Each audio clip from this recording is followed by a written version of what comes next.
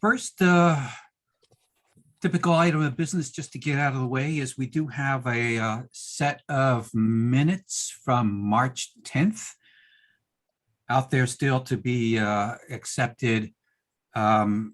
You may recall that on March 24th, we didn't have a quorum, so we had a good useful discussion, but we did not have a quorum, so there are no minutes from that meeting. So could I entertain a motion? I'll entertain a motion to approve the March 10th minutes. So move. Thank you, Mary Ann. A second, please. I second. Thank you, Jerry. Any discussion?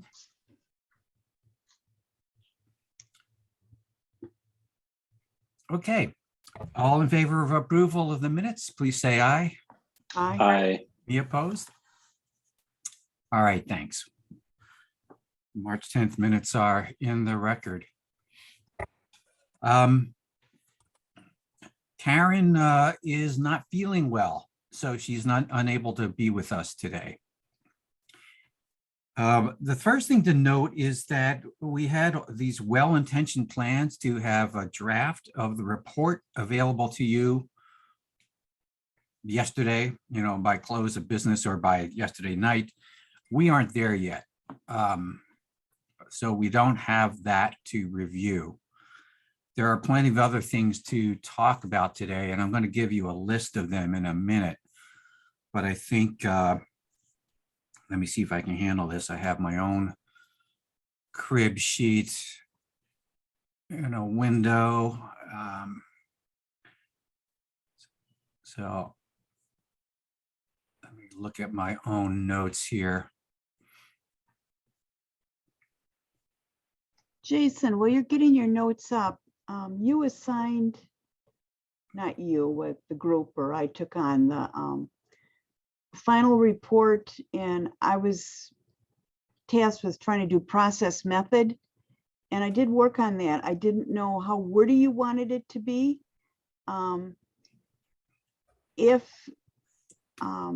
had a blank space in there for the range of time that people have been members of the community, and my whole point of putting that in was to kind of say that we are of this community, that we are not, a bunch of outsiders that were imported to impose something on the city.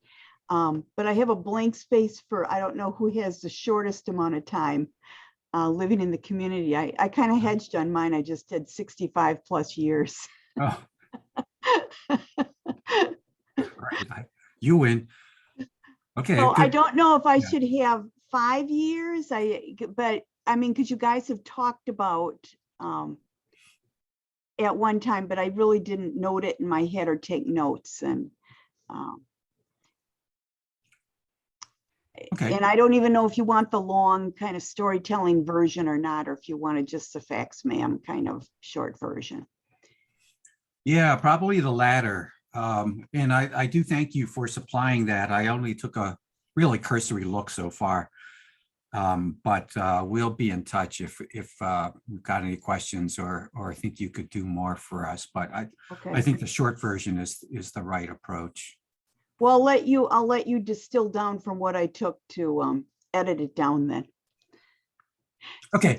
I did it more of telling the story of the group version. Oh, okay. All right. Yeah. So we have determined we are not a bunch of carpetbaggers, right? That's good. Good for people to know. So well, when you're anticipating pushback. Oh yeah. Oh, yeah. So I put in the chat a list of the particular topics I want to cover. The last one is the biggest one, but I do want to hit these other notes as we go through, and hopefully can do that quickly. So first, the rest of our meeting schedule. So as I just said, we aren't ready to review a draft yet. Our formal schedule includes one more meeting. So, and that would be on April 21st. So what I want to do, I think it'd be really helpful if we had 2 more meetings. But I also really want us to finish this month. I think there may be some final editing report prep that bleeds over into May, but I don't think we as a group need to meet past this month. We should really be done our work, although you will continually be welcome to comment on any of the final cleanup work we're doing. But I do think it's going to be helpful for us if we can have one more meeting. And so what I want to ask is, are you available? Well, I want to ask a couple different things. We've got April ahead of us. We have April, as far as Thursdays, we've got April 14th, April 21st, April 28th. Our meeting is scheduled for April 21st, but among all three of those upcoming Thursdays in April, I just want to get a sense of your availability, and hopefully we can have 2 meetings out of those 3 Thursdays. But let me ask about the 28th. Are you all available on the 28th, or can anybody not make it on the 28th? Okay, Jerry, works for you. That's good.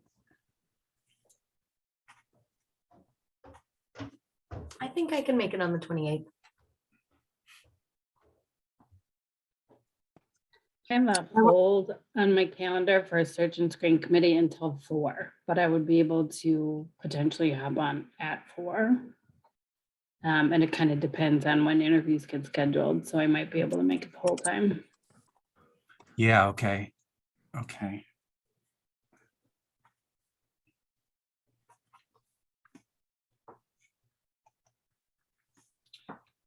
All right, let's see. How are we looking? Jade, you can make it. Brian cannot, but we've got a Zoom sponsor in Karen. Marianne is okay. Christy, did you already give a thumbs up? Okay. Yeah, I believe I can make it. Okay, great. My only question about the 21st is it's 2 weeks away. And I don't know that we need to wait that long to start talking about drafts. On the other hand, it makes it very safe for us who are writing. I kind of like to start the discussion earlier if we have the opportunity. Well, let me just ask, who is available on the 14th? I won't even suggest we're going to reschedule the 21st at this point, but just in terms of availability, who is available on the 14th?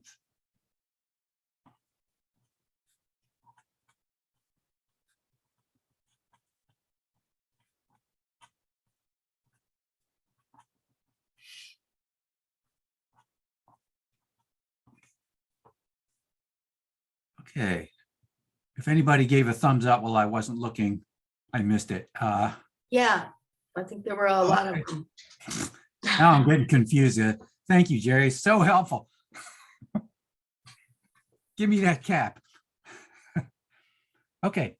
But Good. Brian has said in the chat that Karen and him are not available that day. Yeah, we're not available at the time, but we can find a different way for you guys to meet. You know, we'll figure Okay. something out. Worst case scenario. Yeah, well, Karen would be pretty important, I think, as a writer, obviously. All right, well, thanks. That's good to know. I'll touch base with Karen on it. But it looks like we'll stick with the 21st and 28th. And we can certainly invite electronic comments in advance of that. All right. Let's see. Wanted to mention a couple of other events. One is just a potential event, but the city anti-racism Monona Reads program, which is being sponsored by the library and was pushed off because of the pandemic, is going to occur in May. And let me, Okay. Got a link here to the city webpage on that, which I'll also paste into the chat.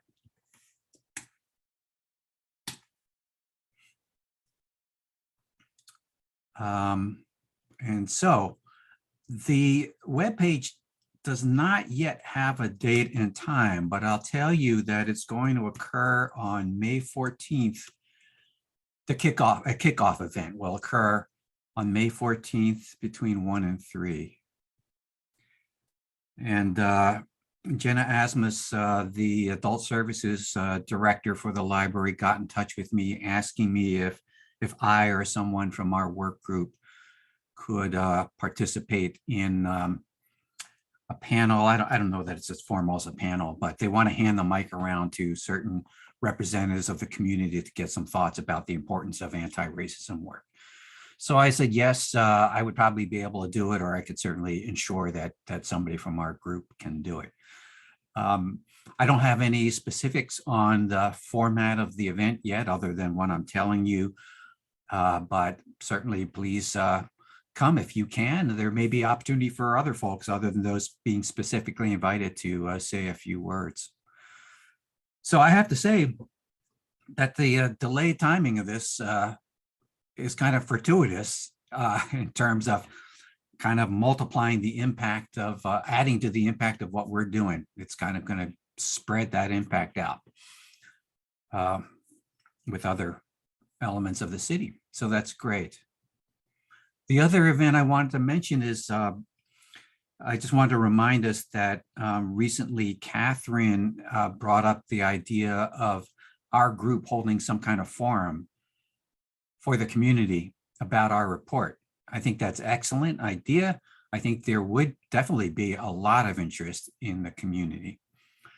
That's something that the library would definitely be willing to host us for. So I just want to remind us that that's an idea that I think has a lot of merit, and we will look forward to doing that. The timing is, I think it's dependent on when we get the report to the city. I think the council should have the opportunity to read the report first and participate in that. If members who want to participate in that, having read the report, it's going to be a new council, 3 new members. So that affects the timing of things. We're just kind of getting close to the timing of a new council being seated and getting oriented and underway as a new council. So I don't know how that will affect the timing of our report being actually digested by the council.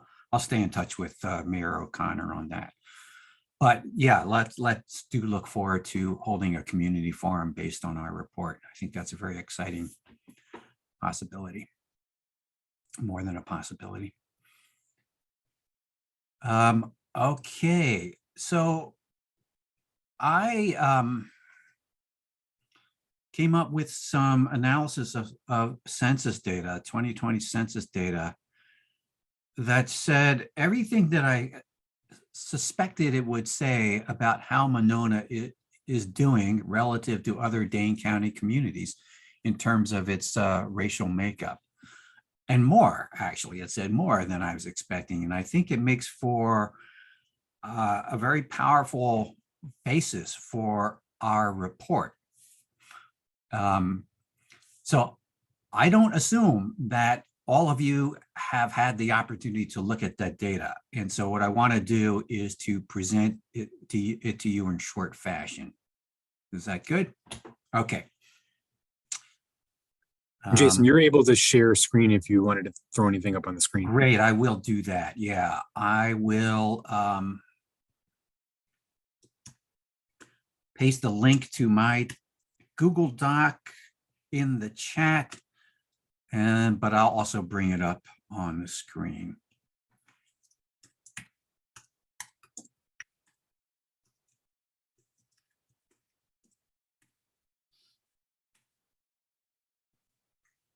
So let me bring it up and then I'll share my screen.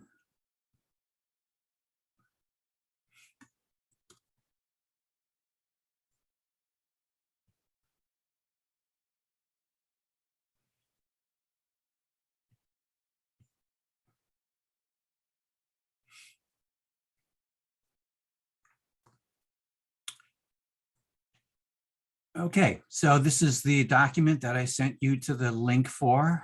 If you like to look at what I'm showing on screen, let me know if you need this enlarged or not. So basically what I did was, boy, that US Census site is so chock full of information. It's really hard to know how to get around. So I called up the State Demographic Center in the Department of Administration and got their help, which was really priceless. So I got exactly what I wanted to get. And what I did was to look at 2020 census figures compared with 2010 for municipalities within Dane County. And for most of the analysis that I present here, I narrowed that look down to about 10 communities that we would be most interested, incorporated municipalities. And so just for reference, because I'm comparing different municipalities, well, first of all, this first table speaks to one of the complexities of using US Census data, in that for, I don't know whether this is just the second census or maybe the third, the census asks two different questions having to do with race and ethnicity. So the census treats Hispanic or Latino as an ethnic category. And what they mean by ethnic is it's based around the language that's predominantly used in the nation of origin. And so the race question asks about racial categories separately from whether you consider yourself Hispanic or not. So there's a race question, white, Black, or African American, American Indian or Native Alaskan, Asian, Native Hawaiian or Pacific Islander, or other. And you can check as many of those categories as you want. So there are up to 6 checks that you can make. And the census report presents information by how many categories you checked.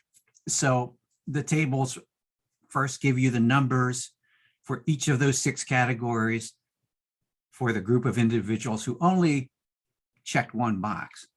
And then it goes on to the number of individuals who checked 2 boxes. And it lists how many responded to each combination of 2. White, Black, white American Indian, white Asian, white Pacific Islander, white other, Black, American Indian, but so on and so forth. And then it goes on to 3 and 4, 5, and 6. So all these different groups based on how many categories you selected. It's kind of, it makes it a little more work to aggregate the data. Then separately, there's the question about Hispanic or Latino or not Hispanic or Latino.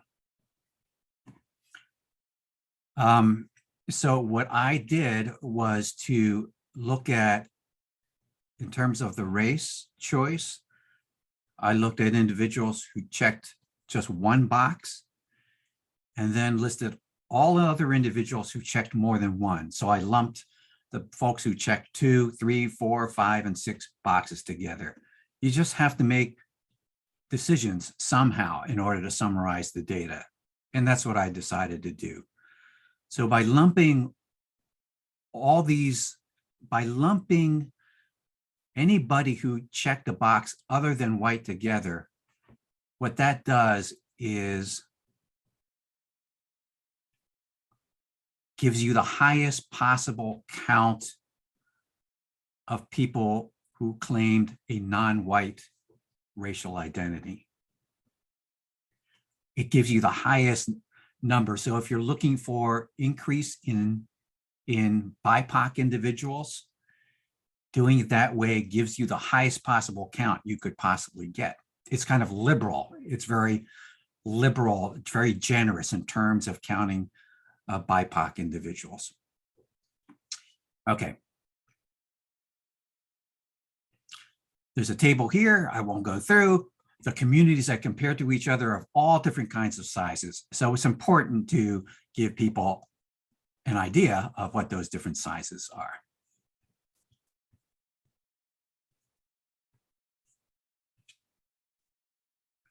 I got to refresh my page. Oh, there it is. Okay. This is the percent growth in overall population. Monona is kind of typical here. I'm not going to spend any time on this slide. This is everybody. I don't know why my thing is so sluggish. I'm going to refresh my page.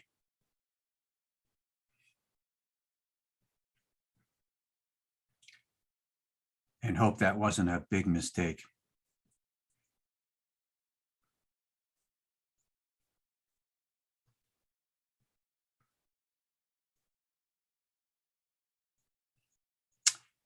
I'm going to stop sharing and come back in and share again. Share again.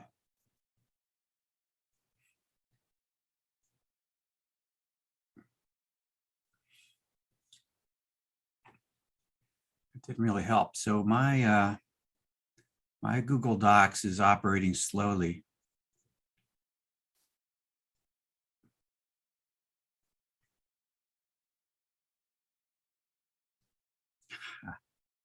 What a pain. Have you all pulled up the link document on your own screen? Maybe we'll do it that way. Because I actually have a printout of mine. I can go by my printout. Jason, would you like me to try to share? Oh, sure. Yeah, that's a good, that's an option too. All right. I've stopped. Thank you.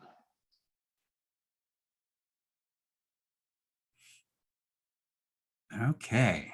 So if you can go down.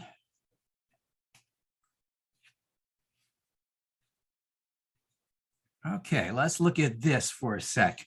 So this is just looking at individuals who checked one box. So it's leaving out lots of individuals who check 2 or more boxes.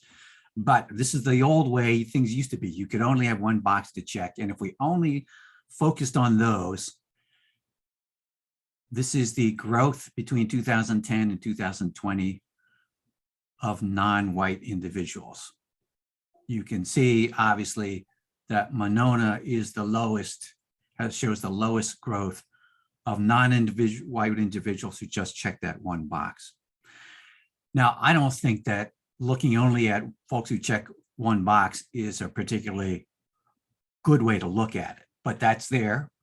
And so let's scroll down to the next table where I lump everybody who checked a non-white box together. And this is what Monona looks like. And so what you see here is that in this list of municipalities inside Dane County, there are only 2 whose non-white alone population increased at a lower rate than ours. And that's the city of Madison and the city of Fitchburg.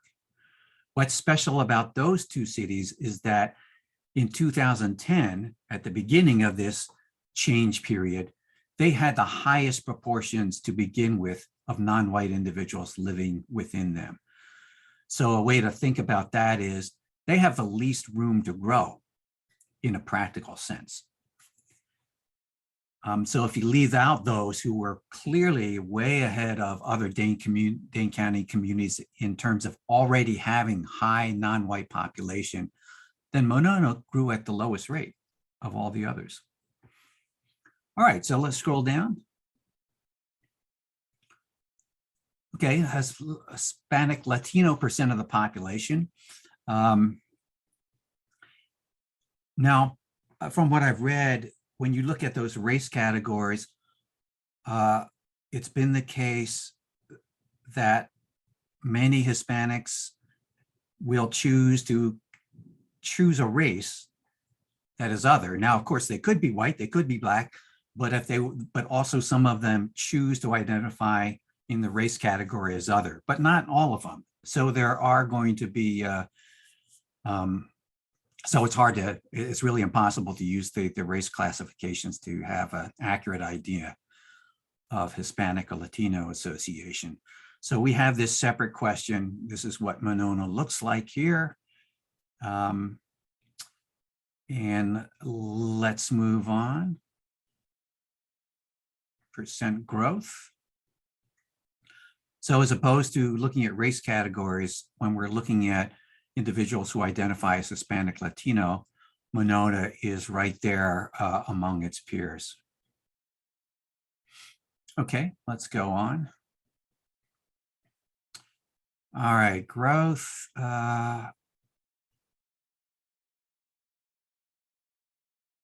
Okay. Now I'm breaking these categories down, looking at individual race categories and putting the Hispanic Latino category alongside of them, even though it's clearly different in kind. So let's scroll down to the chart. And because there's so much information, I just picked a limited number of communities. So the colors of the bars represent 4 Dane County municipalities plus the county itself.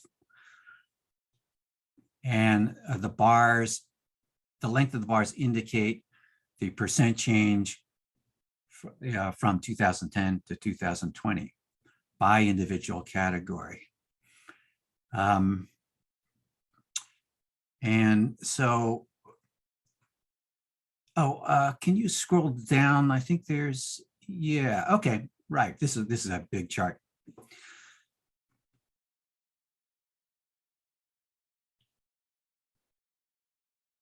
So this first one is look for the race groups. It's looking at those who only chose one racial category. So just one thing to point out, and then we'll move on, is if you only look at those who chose one category, the number of people who identified as Black in Monona actually decreased between 2010 and 2020. That's interesting. But again, I don't think that's the best way to look at racial identification. So let's move on to the next chart. Let's see. I think there's another chart in there. Can you go back up, Jerry? And did I go past? Or for some reason, darn, what happened? Okay, well, let's go back down.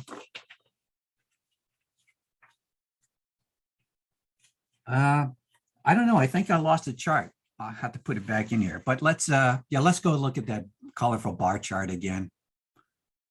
Sorry about that. I don't know what I did. I lost the chart.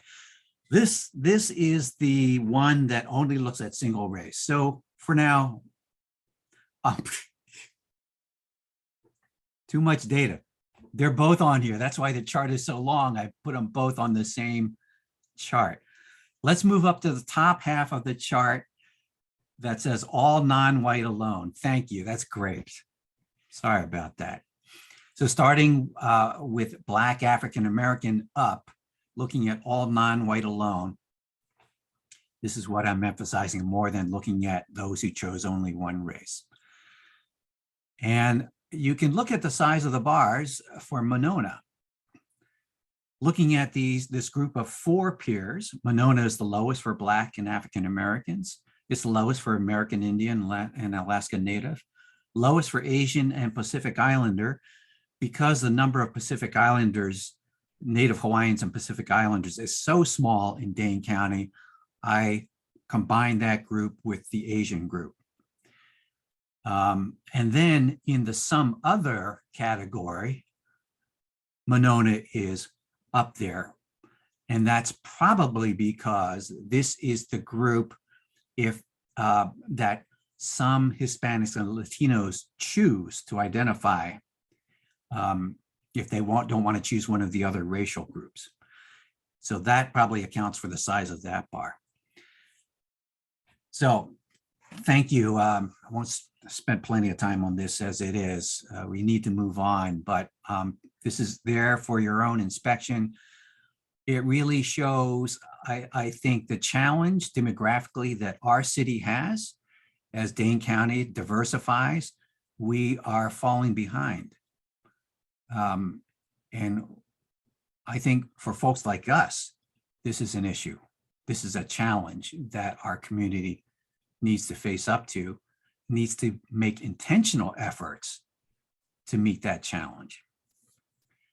Because it affects the attractiveness as a place to live, especially for those kinds of people whom our government has said it wants to attract. First-time home buyers, families with young kids, especially those headed up, households headed up by professionals. These are people who are looking, who more and more are looking for diversity as an explicit social asset in terms of where they want to live.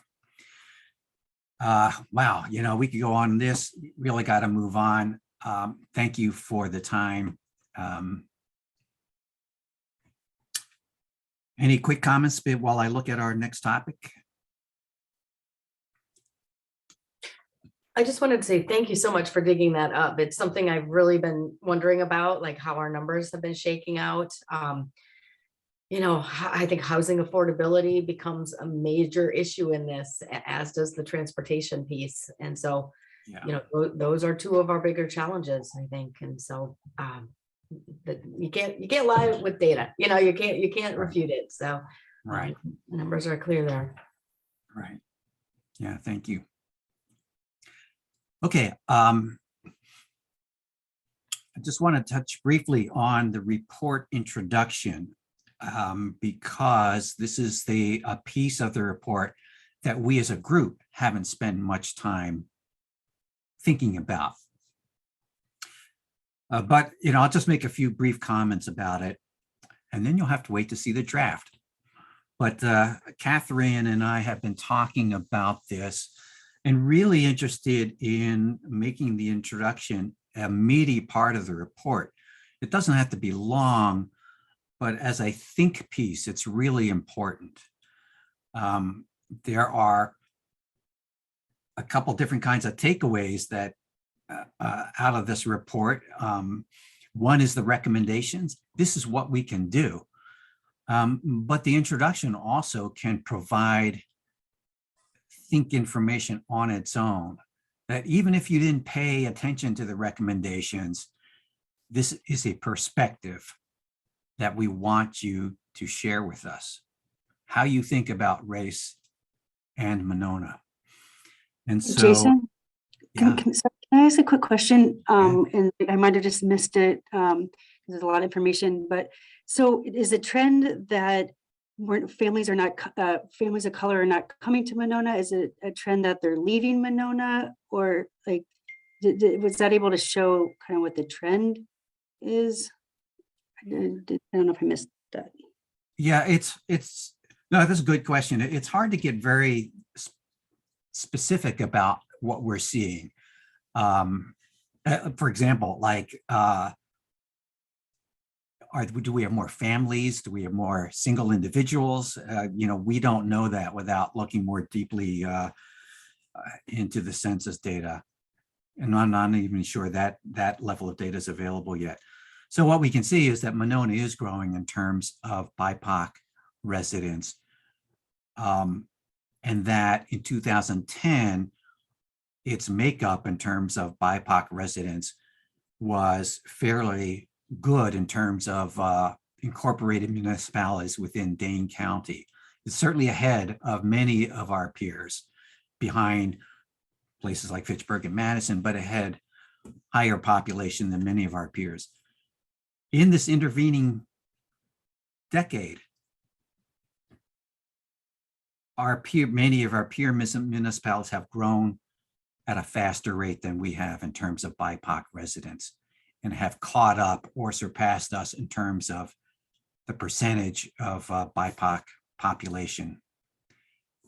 And we know that if this trend continues, we will be behind just in terms of the percentage of BIPOC population in 10 years. We will be on the low end, as opposed to be kind of being in the middle now. we're in the middle in terms of the proportion of our population that is BIPOC, but we're low in terms of how fast that population is growing.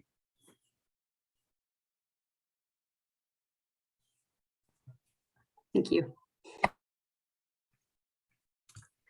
Um, Jason, can yeah. I I was wondering, because you had just mentioned kind of having an introduction to this report. Is that data going to be a part of that? Yeah, I think there'll be a short description in the introduction, but perhaps everything that I've written in that document can go into an appendix. Okay, great. Because I was Yeah. thinking, given like, I'm sorry, you go, Brian. I was just say you could absolutely attach what you just put up there as a, as an appendix. Mhm. I was thinking about the kind of the listening session or the community conversation that you discussed. You and Catherine had that idea that might be a great way to kick that off, is even just, running down some of that data and yeah, just as a thought. Yeah. And something else that's interesting in those is that some of those communities that we're maybe kind of neck and neck with are much more rural, Oregon, Stoughton, Cottage Grove, where we are right in the urban center. And so there's Yeah. also that piece that doesn't get factored in there. Yeah. Well, that reminds me of one more thing that I actually stuck into the write-up in that Google Doc, but that I looked at probably just yesterday. I was interested in comparing how the city of Monona is doing in terms of BIPOC residents growth rate compared to unincorporated areas of Dane County. So talking about rural areas. And so throwing all the unincorporated areas of Dane County together and looking at the growth rate of BIPOC residents, they are behind Monona, but they're closer to, so here's Monona, they are closer to Monona than our peers who are right ahead of us. So we're actually closer to the unincorporated areas of Dane County than we are to our closest neighbors, our closest, somewhat more urban neighbors who are growing faster than we are. So a few quick comments about the introduction. As Catherine and I talked, it struck us that part of the introduction will explain how this committee got underway. And obviously that has a lot to do with the apprehension of Keontae Furge. And we just saw that, the news about the lawsuit being settled. And earlier in the year, the determination of the federal case. But we thought we don't want to make that as the lead in. We want to talk more about like this demographic picture as a piece of evidence for why we need to face up to how we deal with race in Monona. And we'll come to the Keontae Furge, that stimulus a little bit later, but we don't want to make this all about that. That is in its way a wake-up call, but we'll talk about it as a wake-up call, not the reason. We don't want it to appear as the reason why we need to be concerned about this. So that's one thing in terms of how we've been thinking about framing this. There's some additional, we want to start off with a real brief acknowledgement of the history of Monona, that the pre-settlement history, without getting into any specifics, but making sure that we look at Monona as a historical entity that has its roots in the pre-settlement days. And it isn't just, this modern era entity that we are concerned about. And there's some information about the challenges of diversity that I think is important to bring in. And I don't have the time to get too specific about this, but when you look at the evidence, all of us think diversity is good for a community. If you look for evidence, it's mixed. In fact, there's been a bunch of research that says diversity lowers a number of indicators of community social well-being. There's evidence that says it raises it. What I have found is that diversity without integration leads to negatives. Diversity, so you can bring diversity into community. If there's segregation, it doesn't really help things. If we look at the county level, if we're concerned, we Mononans, our lives mix in with a lot of other Dane County communities, not limited to Monona. So in that larger regional sense, our being such a predominantly white community, while other communities are becoming more diverse and hopefully integrated, I can't say that for sure, means, our community is unfortunately contributing to this exacerbation of people living apart. But within our community, those kinds of mixed findings supports the imperative that we need to take real action as a government, as a community of organizations, as a community of individuals, that we really have to take intentional action in order to change things. That's one of the things we were going to say in the report, but there's additional backing in the literature for this that we can summarize in a very unacademic way, just to lend some force to this. Another related point, diversity brings conflict. You have to be able to figure out a way to deal with conflict. That's something that Catherine brought up at the beginning. That's something that some of our recommendations are about, like this transformative community conferencing idea. That's something that can be a powerful piece of this introduction. But we can see this conflict is natural, and there is some really powerful argumentation that a healthy democracy depends on having that kind of conflict, but being able to manage it, being able to make it build towards something. So that's another theme that I think we can bring out in the introduction. So that's enough of that. Just wanted to give you a flavor of the kind of thinking now that we think can propel the specific recommendations that come in the next part. Hey, Jerry. Sorry, I got a call. One of the things I like thematically in the beginning as well that we should put in there is this idea that we're also being proactive, that we don't want to have situations come up and then we have to be reactive because of them. But this group also is kind of has a lot of ideas that have come up that are helping us as a community be more proactive. And so I think that thinking in that introduction could also be included as just a thought. Yeah, definitely. In fact, Catherine has a way of talking about that. I mean, I think you're talking about the same thing. And I don't remember whether she said this in a whole group meeting or just in our conversations, but how a Monona could be a thought leader. We can really, I mean, if we are intentional about this and have the right framework of thinking,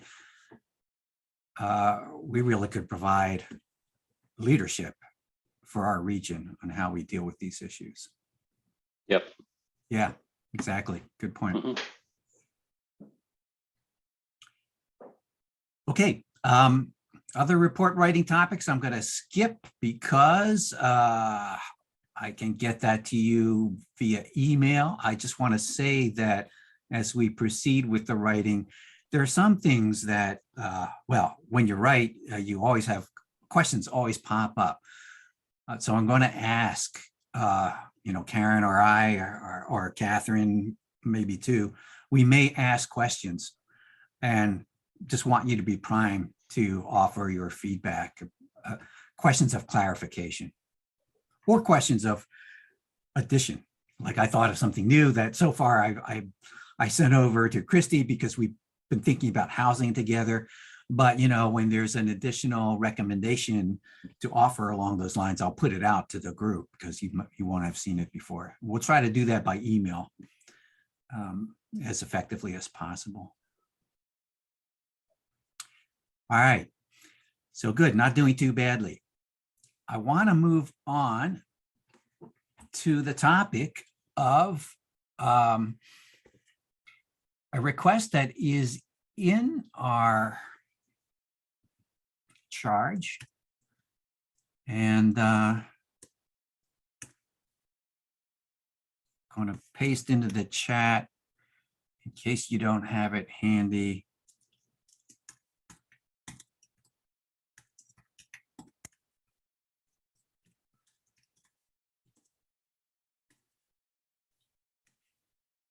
I hope the link that I paste in there is the link to the frameworks document folder on our Google Drive, and our the resolution, the council resolution that created us is in there. But I actually have the specific element in that resolution that relates to a recommendation for a formal committee. So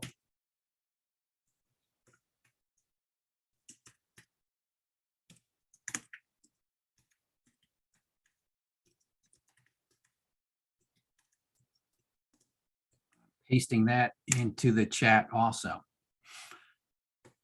So here's what we've been asked to do. Make a recommendation for a charter for a formal committee on diversity and equity issues for city council approval. And you can read the rest. Before we start talking about this, I want to remind you that multiple times I've spoken with the mayor about the charges in this resolution, and this one in particular, and have a solid understanding with Mayor O'Connor that these charges are really up to us in terms of if and how we choose to address them. So literally this says recommend a charter.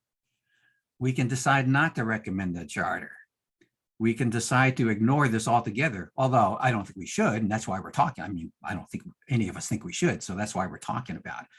I just want to say we have complete freedom in terms of how we respond to this. We've had comments around this topic off and on throughout the life of the work group. There is not uniform enthusiasm for having such a formal committee, but that doesn't mean there isn't some enthusiasm. I know in discussions related to our recommendations, for certain things, we wanted to make sure there is some follow-up and some kind of organized group. It hasn't been necessarily about this kind of committee, but it's possible it could be. So the floor is open. What I'd love, thank you, Marion. I was just going to ask you to raise your hand so we can make sure everybody gets included and has a chance. So Marianne, please. I guess I'm a little confused when you said there, who has expressed not having enthusiasm, at least in Group A and in Group B that I've been part of. We've talked about the need for an ongoing committee to kind of be someone that holds the city accountable they've even talked about having, in addition to this committee, a staff member to actually be a coordinator for some of this kind of work on the part of the city. So when you said there wasn't enthusiasm, who was not giving you the enthusiasm for it? Because my impression was that at least among Group A and Group B, we said, and yeah, there needs to be an entity, a committee that at least meets twice a year and holds people accountable. And I think the meeting twice a year was a minimum, but so I guess my question is, who did you think did not think that there should be a standing committee? A real quick response, but I'm really, it's better if we just open up the discussion around those kinds of points. But my quick response is, speaking personally, I'm not a fan of a permanent committee. And I've voiced those reasons before, and I thought about it, and my reasoning really hasn't changed. So it's not like I locked myself in early to this, but I wouldn't oppose it, but I think odds are against that, the kind of committee that's written in this resolution will be effective. Odds are against that. And then secondly, I was just referring to other ideas for coordinating monitoring committees that people voiced interest in being outside of the city. An independent, more community-based group. But other people can just jump in, not jump in, please raise your hand and share comments on this.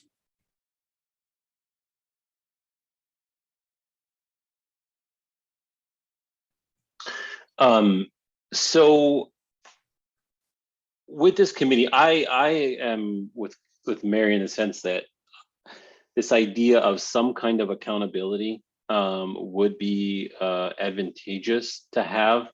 But the one thing that I worry about is that all issues regarding, DEI, the BIPOC community, all gets tossed to this group to figure out.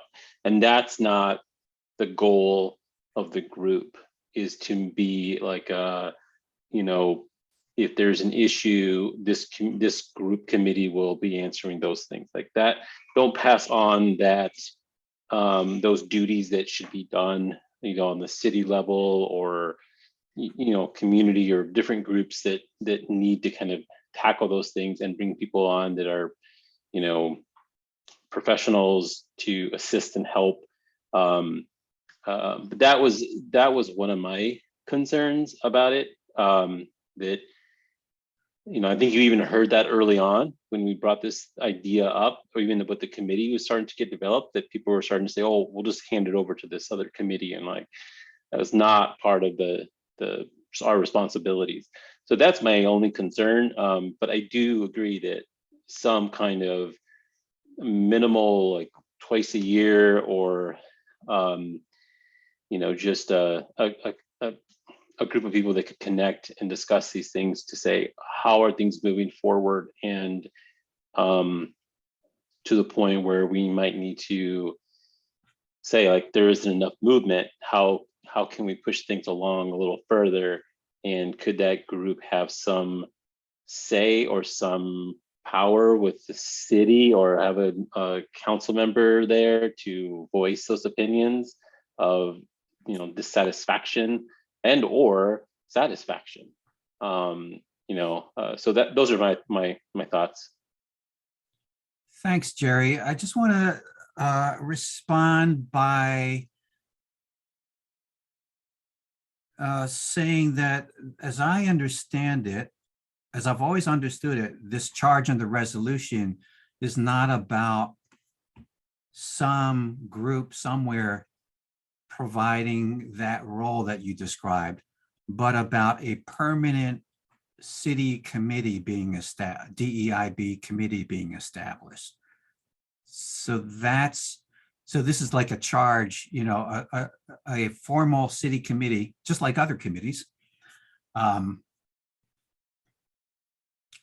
like the Sustainability Committee.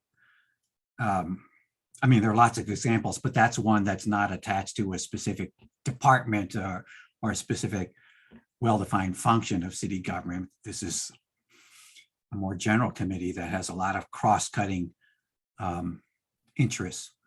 That's the kind of committee I see this would be about. So what I'm trying to see is what we think, because we can recommend any kind of coordinating thing we want, but this, to me, this resolution has asked us, what do we think? If you remember, this is where some momentum was headed in the city council before this ad hoc committee got formed. First, there was this proposal to establish a permanent DEI committee. So that's what I'm interested in hearing about. So, you know, with respect to what you said, Jerry, is you're thinking that it should be a formal city committee, or are you speaking more generally about it? I'm speaking generally based off of conversations I've had in the different subgroups and just why there would be some idea of accountability. And that's really like the reason. Does it have to be in this form? No. But does that form help us, that group, to have more of a voice or a direct connection to the city, to have things happen quicker? Then I would say then that's a good thing. But you know, that, yeah, I'm not saying that this has to be the way that it gets done, but more just the conversations generally that I've heard from the groups of concerns of, we give the recommendations and then who's going to follow up, who's going to be asking the questions of, you know, in 6 months, in a year, how are things going? How do we manage that?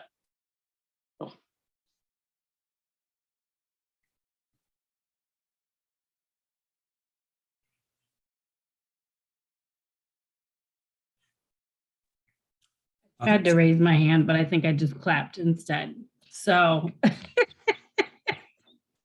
my question is, what are some examples of other citywide committees?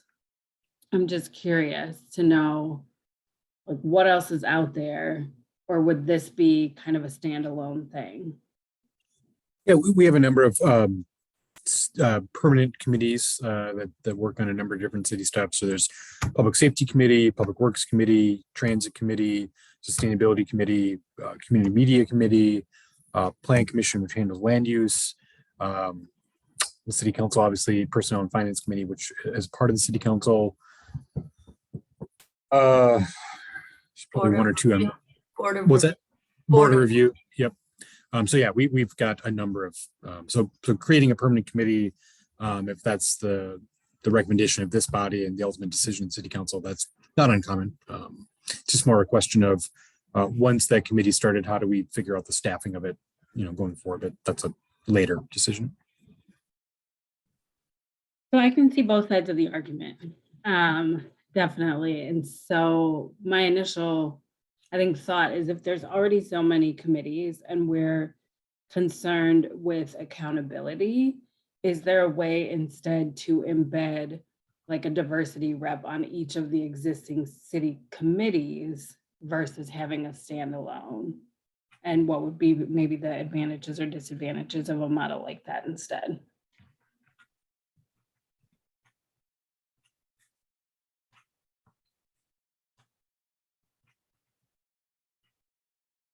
Thanks, Alicia.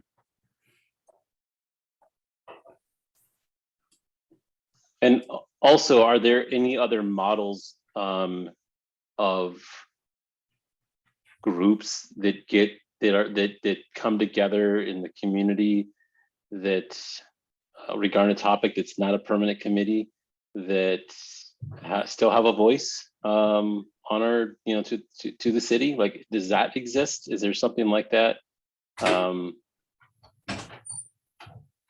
Like, does it need to be a permanent committee?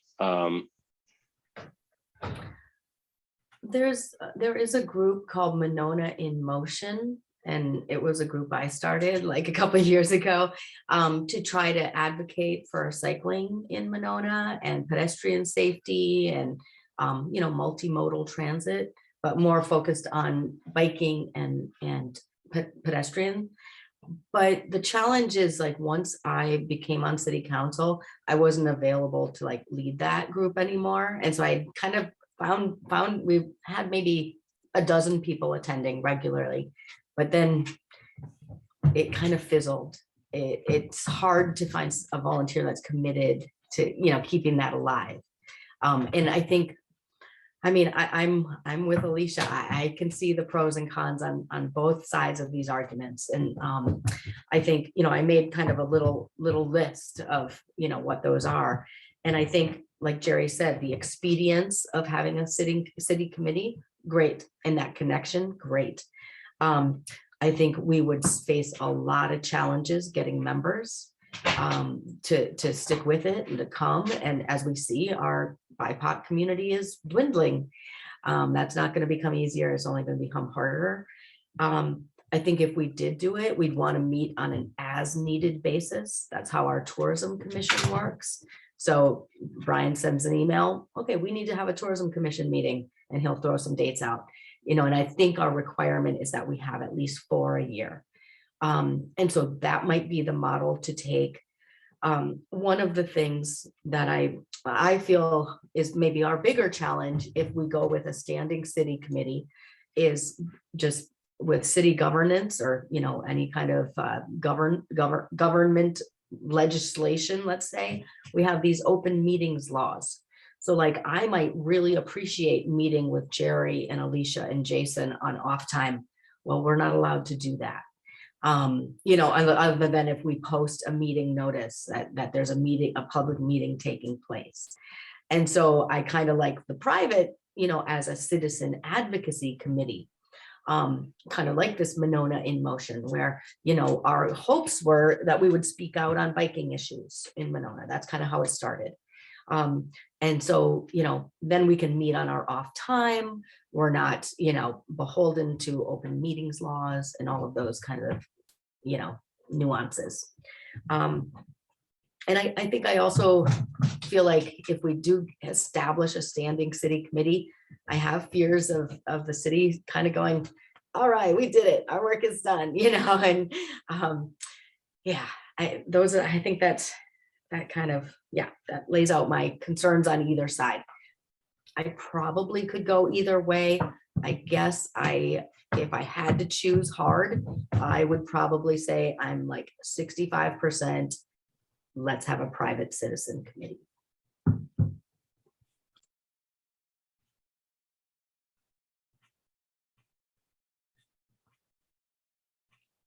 Mary Ann.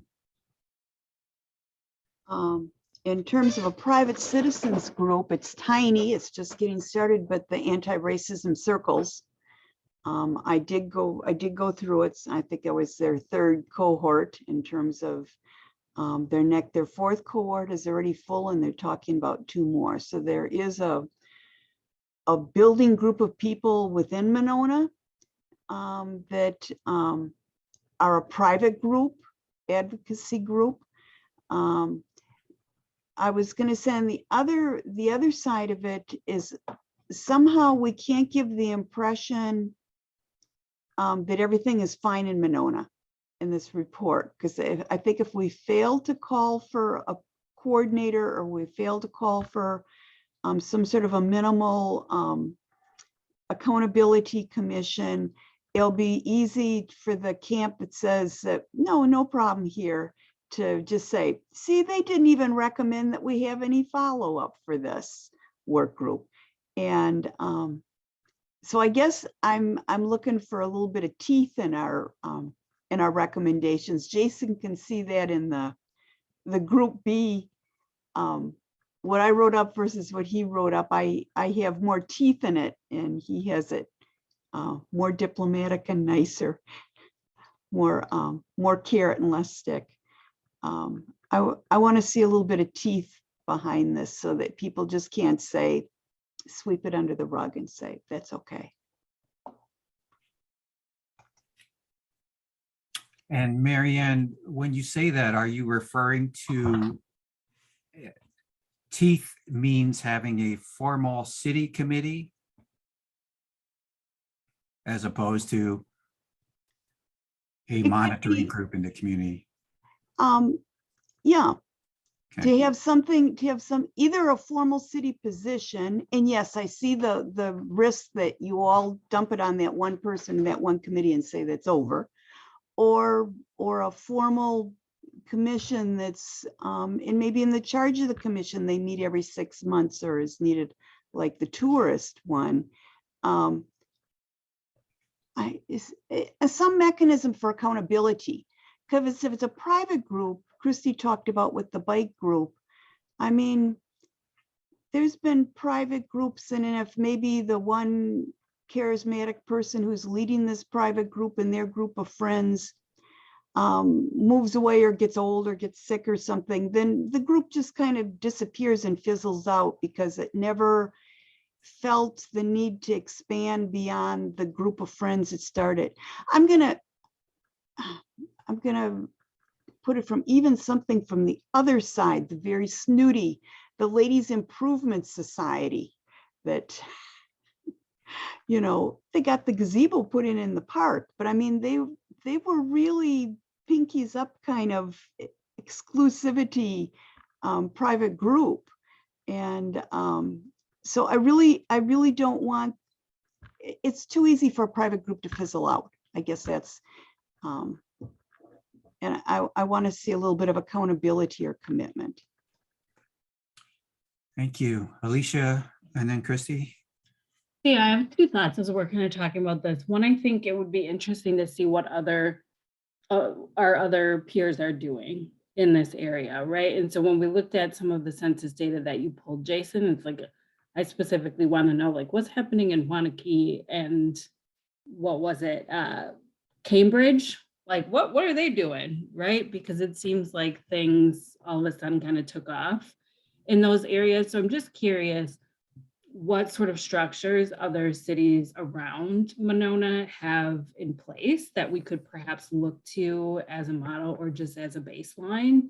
The other thing that I'm thinking of at this point is I hear what Marianne is saying, and I also hear what everybody else has said too. I have been a director of diversity at an all-white organization. I know what that is like. And yes, it absolutely happens where like, oh, okay, everything diversity goes to this one person, right? So I understand that concern.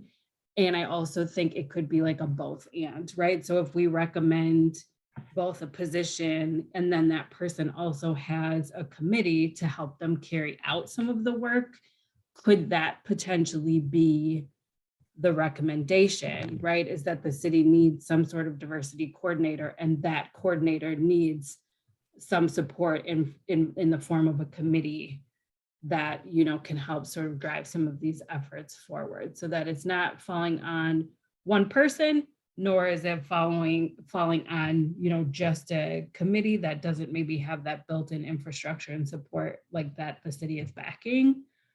So those are kind of the things that I'm like wrestling with. But I get it. I mean, Marianne, I get what you mean about like, we need to have some skin in the game, especially the perception, right, of this ad hoc work group. Oh, it was only 6 months and then they just resolved whatever issues, you know, might be happening in our community. And they made these recommendations and now the city's kind of taking it from there. I'm not confident in how that would be received by lots of folks within the community, right? So I get that piece of it too. It's like, we're not just saying our work here is done, right? Like we did our part and like now it's on the city. I think that there probably does need to be more, especially when a lot of the things that we've talked about are going to need to be kind of ongoing things that happen beyond even what, you know, the next 6 months might hold for a group like ours. Thanks. Christy. Thank you. Yeah, that was really well said. I appreciate those comments, and I appreciate yours as well, Marianne. I think, the last, after putting in all this time and effort, the last thing we want to see is this just kind of go away. I know McFarland does have a DEI group, so they started one right after George Floyd's murder. It happened real early on. I've not heard a lot about what they're working on or how it's going, but I think a lot of communities looked to them and were like, oh, props to them for getting it going. And they had just kind of one really dedicated person who made that happen.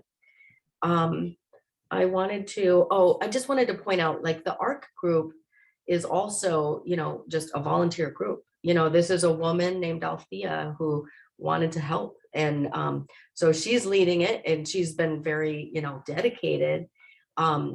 She and I talk frequently. I actually just sent her an email, because I present ideas for her. She's asked me for those, and like, what are issues that you've seen? And so I'm really glad she's open to that. But that group is for whites only, so it's not a space for us. And I think from some of the folks that I know that have attended, they have struggled a little bit, because probably the most prevalent conversation that I hear in communities of color around the Madison area is about progressive racism. And it's not something we hear very much, but I would say that there are probably people going to the art group that fall in that camp. And when you just open a group up to anybody, anybody can come as long as they're white. And from what I've heard from some of the folks going to that group is, every group has its challenges. And I think there's no perfect solution. But I think, yeah, I mean, maybe we have a DEI group that meets on an as needed basis to review some things, or like you said, for accountability. But I think, I don't know, I'm just so torn on this. I keep going back and forth. It does seem like Alicia said, we have to have someone in the staff in the city hall who is dedicated to making it happen and is that staff person. It can't be an alder. There's just not enough, unless it's someone who is retired or wealthy that they don't have to work and they can dedicate all their time and effort to it. That's the only way I can see an alder being able to move it forward. And once again, terms are 2 years. Christy, do you know did McFarland have a staff person attached to their effort? No? No, I mean, it was similar situations to here. So their city administrator was helping staff their committee, but there isn't a separate staff person.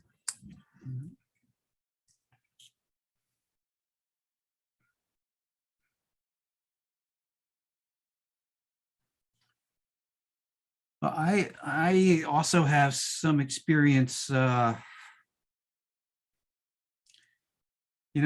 to do this kind of thing in the bureaucracy, and I say bureaucracy with a lot of love, because my career has been as a bureaucrat, so I don't use that as any kind of slander. But I served on the City of Madison's Affirmative Action Commission for probably 7 years, and it was always such an uphill struggle in terms of people, other departments not. I can't say this uniformly, but many other departments not taking responsibility unless pressed, really feeling some heat from the Affirmative Action Commission, which is one reason why you have that kind of entity. But on the other hand, the city is supposed to grow and take things into its regular infrastructure. And, it's just such an uphill battle. It often felt like the affirmative action director backed up by the commission against everybody else. Not necessarily in an antagonistic way, although we had those battles, but just in terms of indifference.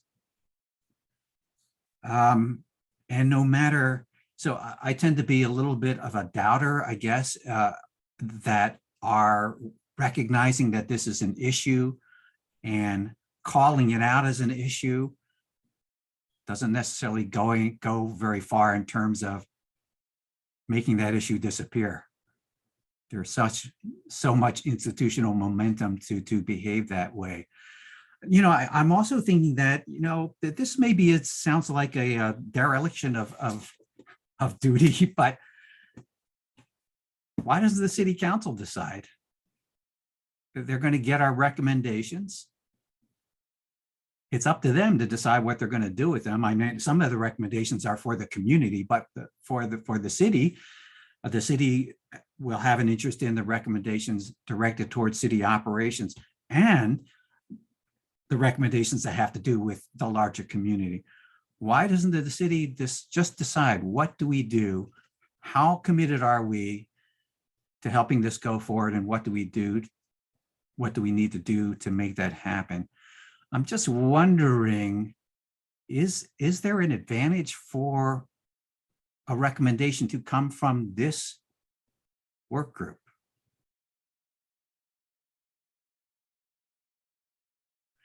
The city, you know, part of the reason that is in the resolution because people didn't know what to do. And I don't mean that critically at all.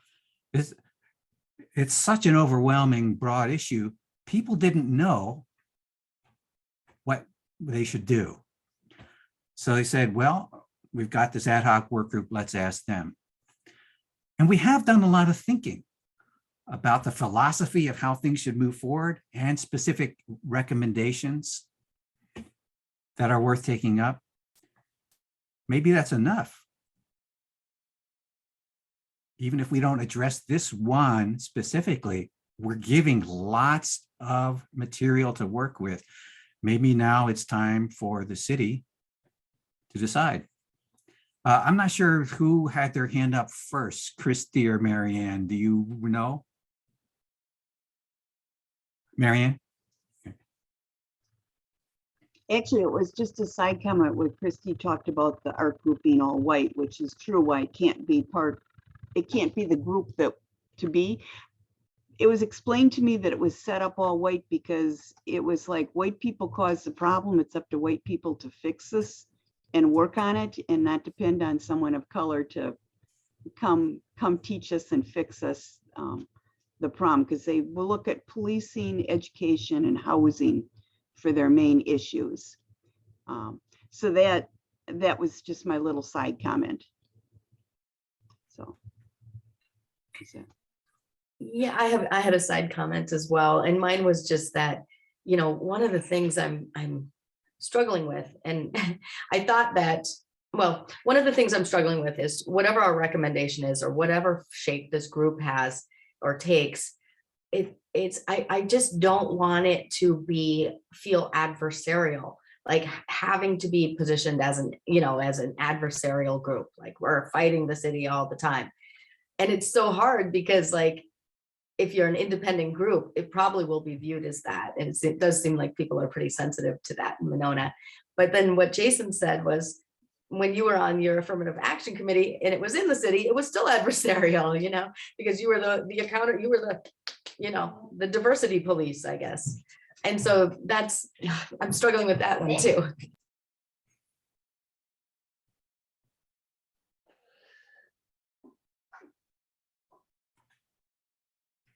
And that's partly why, if I could just jump on that last comment, partly why I think it does make some sense to let the city proceed as it sees fit, rather than saying, well, we're doing this because this work group said we should do it. Let the city take ownership and make its decision. We have been providing a lot more information to city government than it had when it first said, hey, think about this. Now we're providing tons of information. It's not this amorphous kind of empty landscape anymore. We're providing tons of information. Perhaps this is part of the city's responsibility, their response to our recommendations.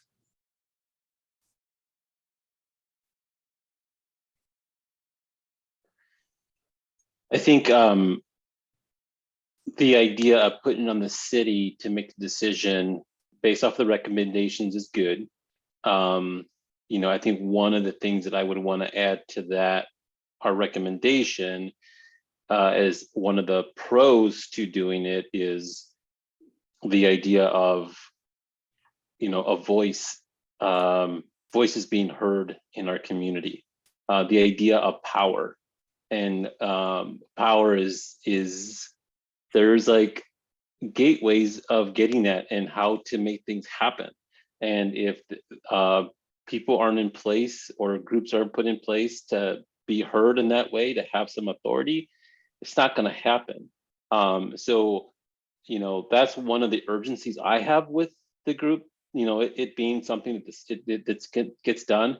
I do like the idea that, and it has to be that the city will need to say which of these recommendations they want to choose.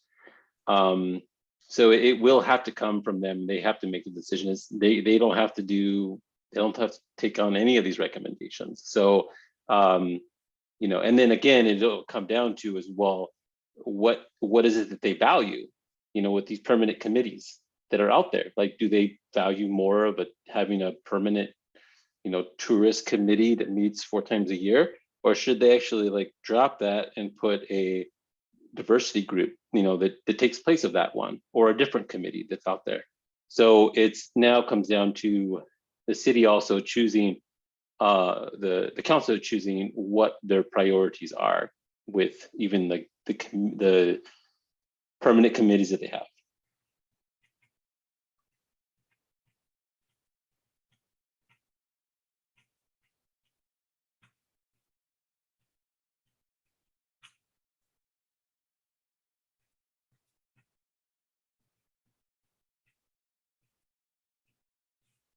I was wondering if Jade has any thoughts. I always appreciate Jade's perspective. And then I also was wondering if Brian had any insight or thoughts on it. I'd love to hear your input as well, as you're like one leg out the door.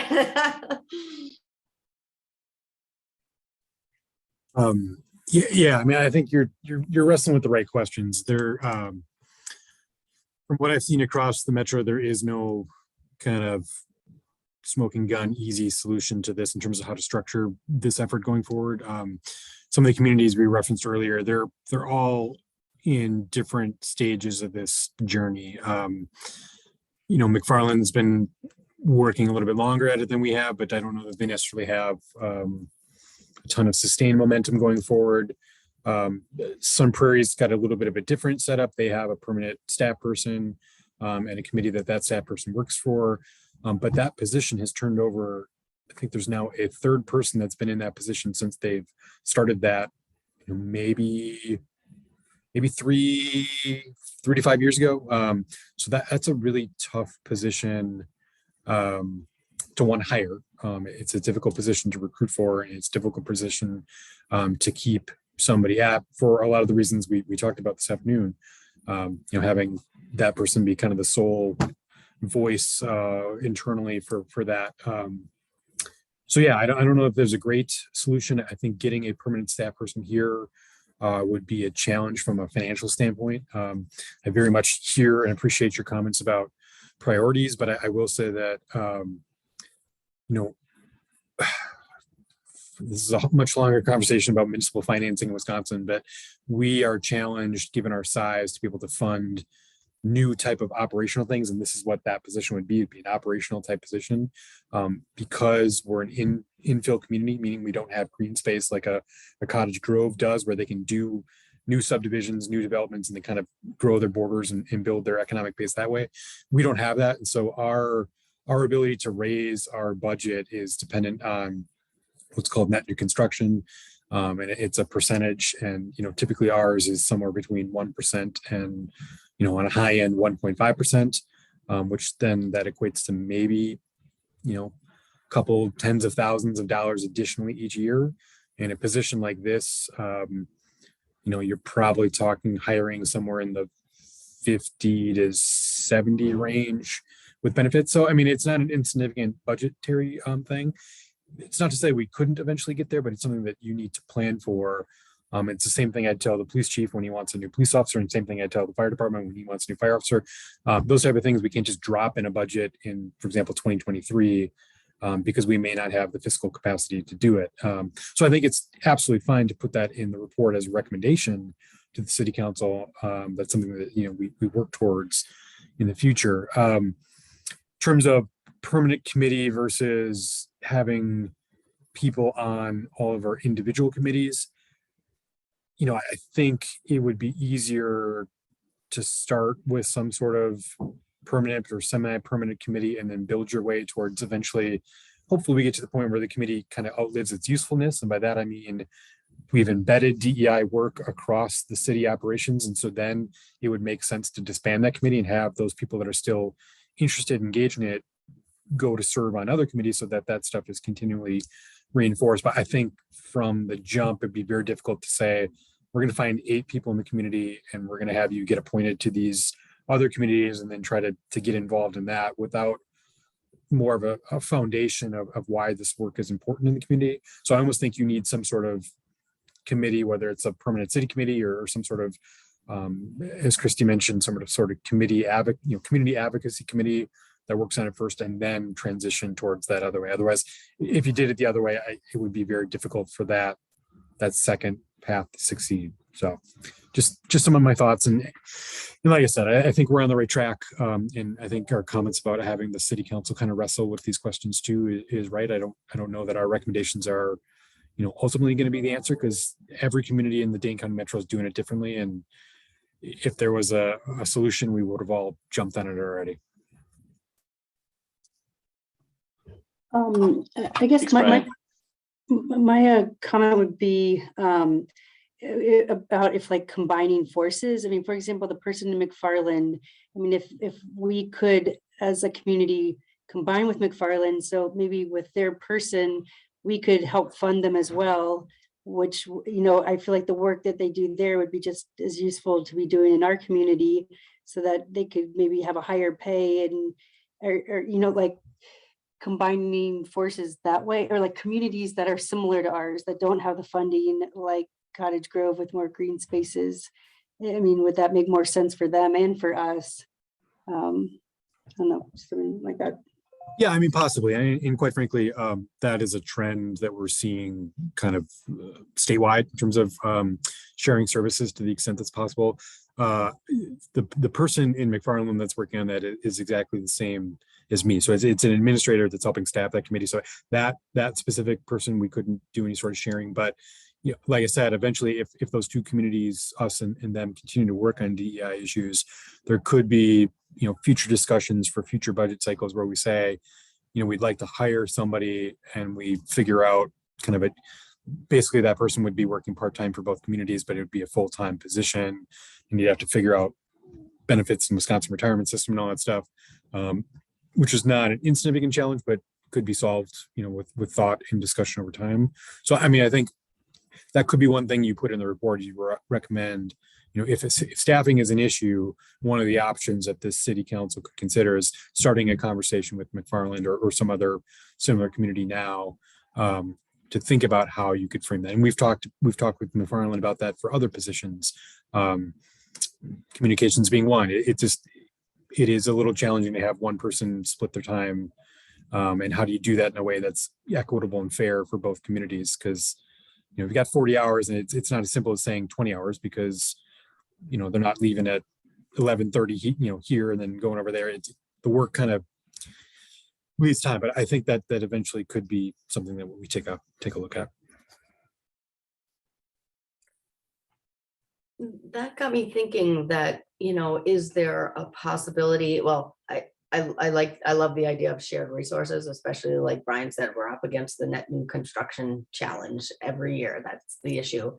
And so I was thinking about the school district. Maybe there is a group that the school district has and that we could have some tie into that, or maybe even the county leads a program, because like Brian said, every municipality is struggling with this. So if the county has a committee and we could have representatives there that, and the county leads some kind of charge, I don't know if that's even a possibility. It could be a recommendation, honestly. Yeah, and I think I'd have to go back and look through my stuff, but I think the county is talking about some sort of, I don't know if it's committee or whatnot, to deal with these issues. At least start a countywide conversation on them, because as we talked about before, a lot of the things that we're dealing with from like an affordable housing and some of the other issues, the city can play a role, but it is a much larger conversation. So a lot of like the mental health services, for example, that's not something that municipalities our size are set up to handle. That's really a countywide responsibility. So yes, the county needs to be a player and stakeholder in these conversations, in every community, quite frankly. So yeah, that may be the way we go.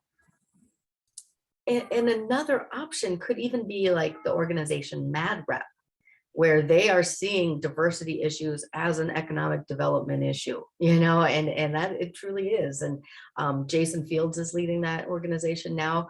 That could be another one. And as he serves 8 or 9 county, it could be something that he then kind of creates a template for each county to have some kind of organization like that. He's doing some pretty incredible work right now on looking far into our future as a county and where we're going to be.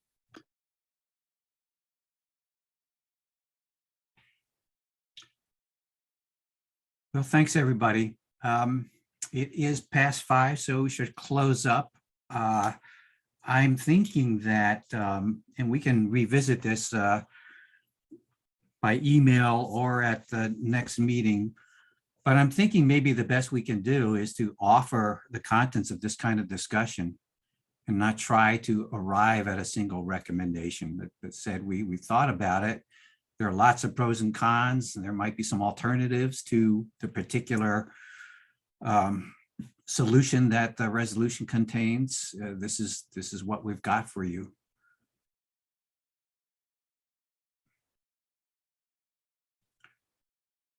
Okay, so maybe that'll be kind of our default approach at this point. And if there needs to be more discussion, and people have a real desire to push it more in one way or another, we can certainly make room for that. I think it should be made clear that they shouldn't just consider this committee a one and done, that that ongoing work is expected. And no matter how many of the recommendations they decide to act on or not act on, because we're making recommendations, it's no guarantee they're even going to do one of them. But I really think that it should be clear that, yes, we say this is a problem and it needs ongoing work for this issue.